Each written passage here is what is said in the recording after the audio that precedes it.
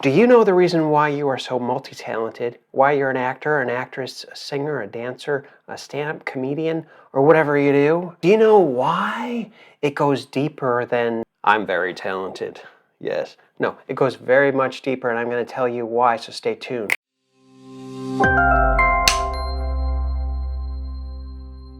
The reason why you are so talented, the reason why you have acting ability or singing ability or any type of artistic endeavor that you're really passionate about, it's because you have an imagination. That's right.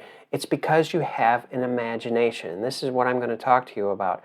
Imagination, it's an amazing gift from God. However, at the very same time, it can ignite fear. Do you know what fear is? I'm going to cut to the chase and tell you exactly what fear is. Fear is when your imagination runs overtime. What if this happens? What if that happens? What if I'm not famous?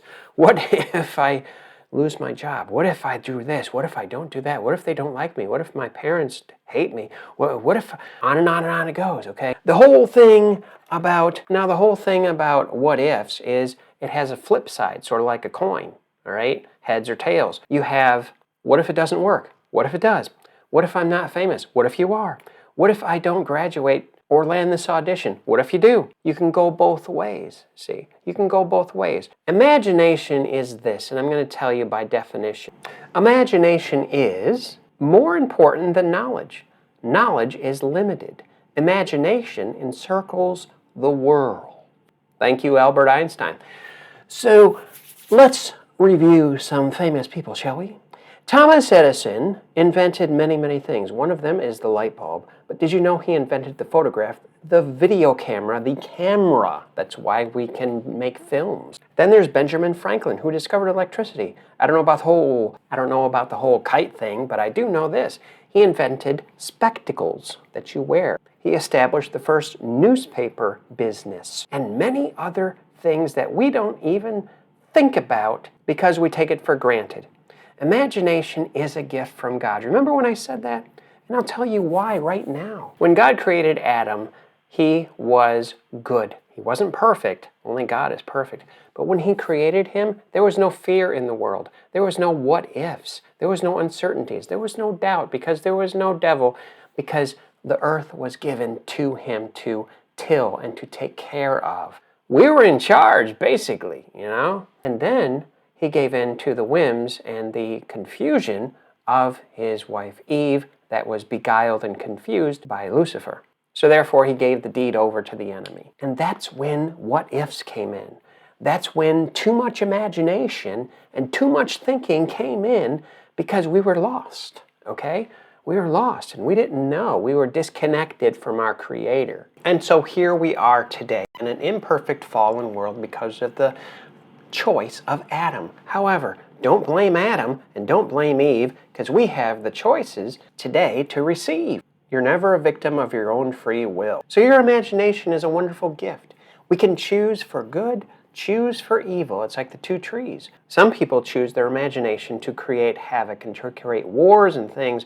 Other people create beautiful things like Thomas Edison and Benjamin Franklin and you and me. And we create beautiful stories and beautiful movies and beautiful scripts and plays. And the list goes on and on. It's a beautiful world. But this is why God gave us imagination. Now, I have no biblical verse for this right now, but this is what I firmly believe. And it just makes sense to me. So here's why God gave us the gift of imagination, the most greatest gift in our lifetime here. Are you ready? You, me, and God are creators. Actually, we're co-creators with God.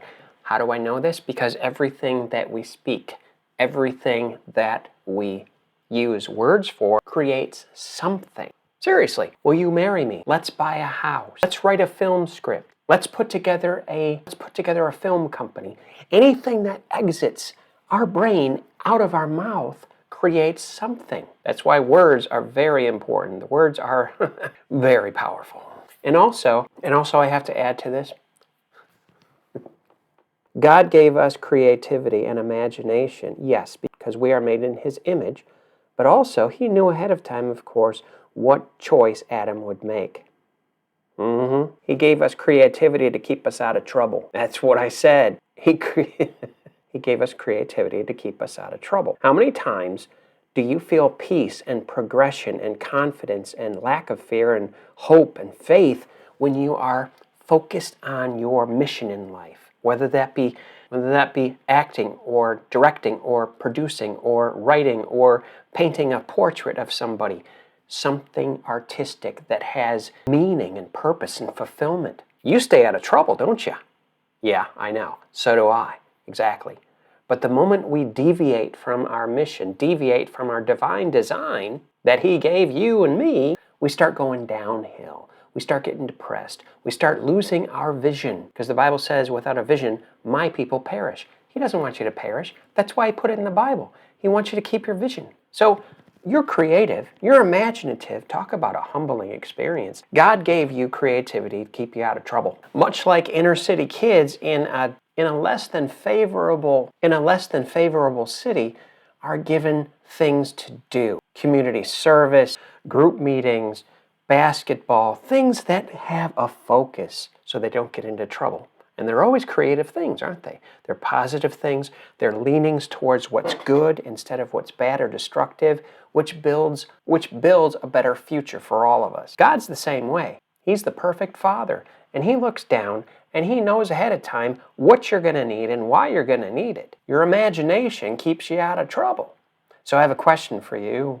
Your dream, which is linked closely and intimately to your imagination, we learn by images before we learn by words, because images start up here in the form of a thought, turn into an idea, and then they come out of our mouth and manifest what we were thinking. So, my question is, how have you led your dream through your imagination in the past 3 days, in the past week, in the past month, in the past year?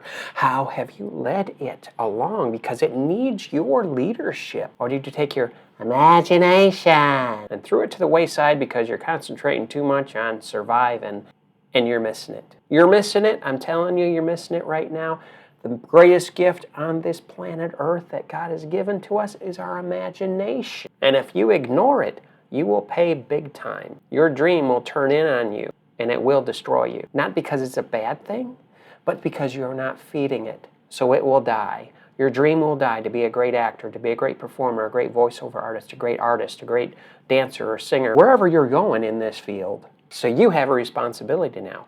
You have to respond with ability because I told you something and now you're held accountable. Isn't that fun? You need a coach, you need an acting coach? I may be the one for you. davidthompsoncoaching.co, davidthompsoncoaching.co. And remember, imagine your life. Imagine it. Don't waste it.